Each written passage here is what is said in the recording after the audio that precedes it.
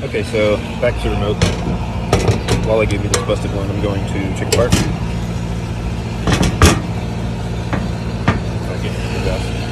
Putting a rheostat in it because his is all ate up. Put the plug on it, and then go from there.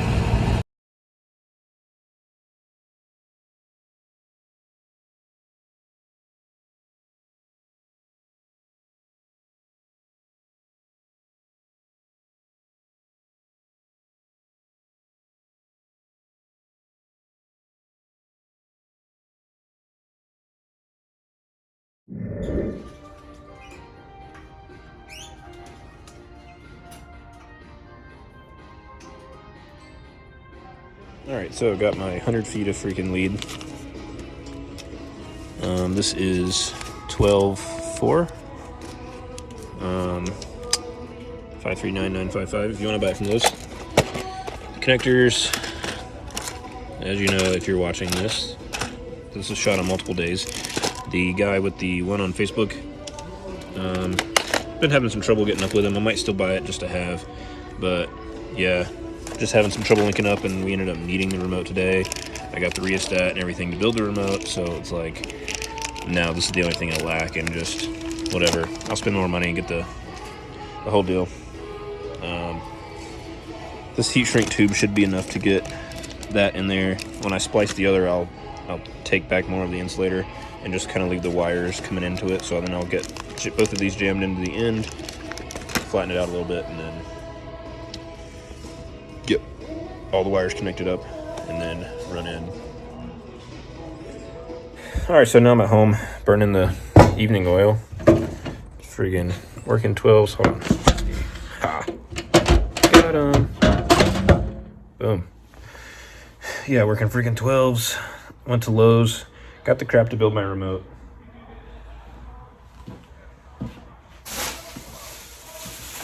Which, $250 is what I ended up in it.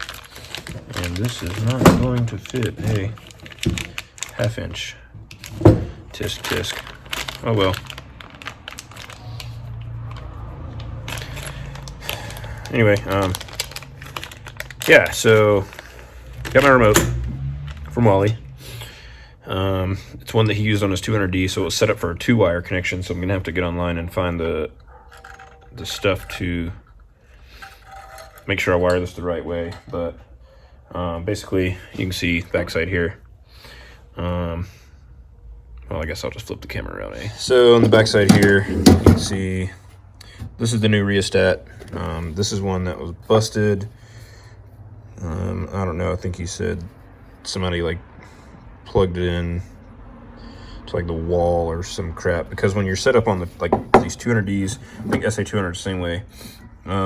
Basically the power wire went to this coil or this tab with rheostat, and then goes over to the power, and then it runs the power back through here. And then the third leg went into that.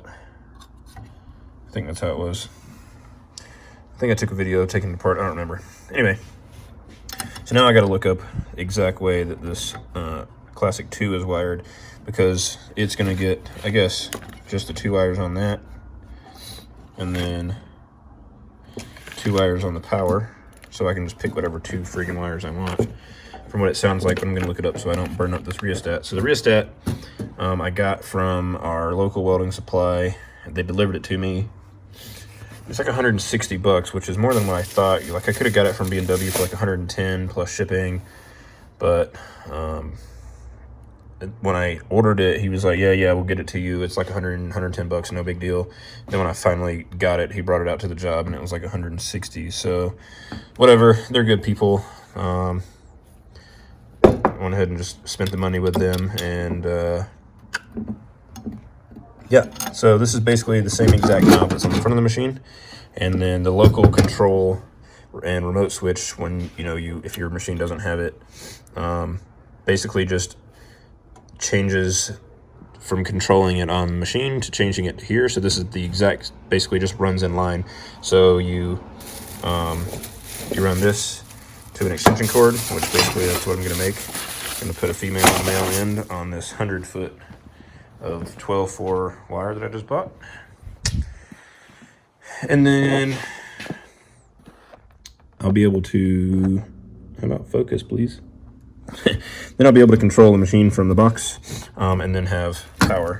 But because the 200D, the Classic 2 requires separate wiring for it doesn't let you run through the rheostat. So I'm gonna run a jumper wire. I was gonna just take the machine off and do it, but because I'm kind of in a hurry, I want to just get it done. I'll probably just go back and do it some other day. Next time I pull the machine off, just run a little jumper in the backside like I was talking about.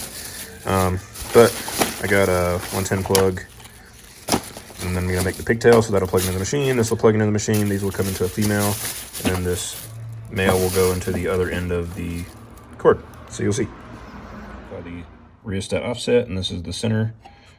It uses blue and red per their diagram. The people that make the box, anyway. I think that's what I said. Anyway, so running those 2 wires to there, they go to the bottom 2 plugs on the machine, which, let me find my things. So basically it's set up like that. So it's these bottom left and right. And then I'll show you on the diagram. I'll put the diagram in the description, but basically that's what we're going to wire these up to, and then we'll use the top 2. So it goes to these 2. We'll use the top 2 for the power. And so as long as you wire these the same, you'll be good to go. So normally neutral is white. And so neutral, if you look at the back of your receptacle, it says white, blanco, hot, whatever color you want it to be. Sometimes red, sometimes black. Yeah, so your hot's going to be the shorter of the 2 plugs. So when you see like a house receptacle, you got a tall plug and a short plug. Neutral is going to be the tall one.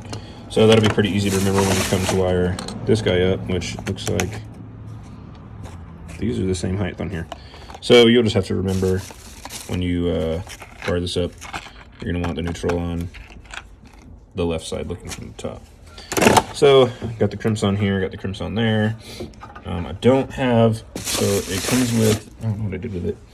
I bought a conduit connector, but it's 3/4. The hole in this is 1/2 inch.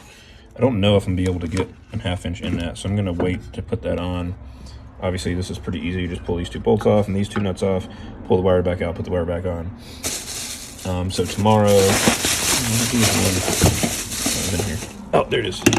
So this is what was on there, but with it being 1/2 inch inside, it's too small. And so because this is a 200D and ran the 2 wire, it just had like a normal, like little tiny wire that was on there. So I'm going to try to get a 1/2 inch one of these, like cable clamps, go on the conduit box, and see if that will clamp on here. If not, then I will bore this out and put 3/4 in there, but I'm hoping I can get it to fit on that. But so tomorrow I'll just be easy with it. Normally you'll see people with it like looped over the top, taped to the top, so then this is not really getting any stress or pull. So that's what I'm going to do when I get done, is I'll just put a couple laps of tape up here to try to keep it from pulling out. And then tomorrow I'll try to get that piece to fix it. So yeah, I'm just going to wire these 2 up, and then I will put the wires in here, and then we'll build the extension cord.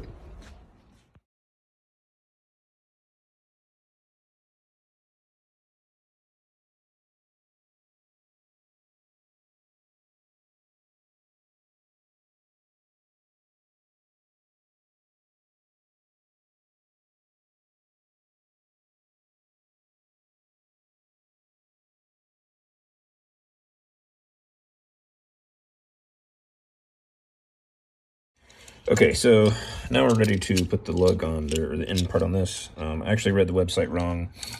Blue wire goes from the machine to the local control switch, or remote control switch, to a white wire that goes to here, or that lug anyway on the plug on the machine. So probably should have used white here instead of here, but whatever. So we're going to use that blue wire on what should be W for white. And then the Y pin is going to be the red that goes to the outside of the rheostat control.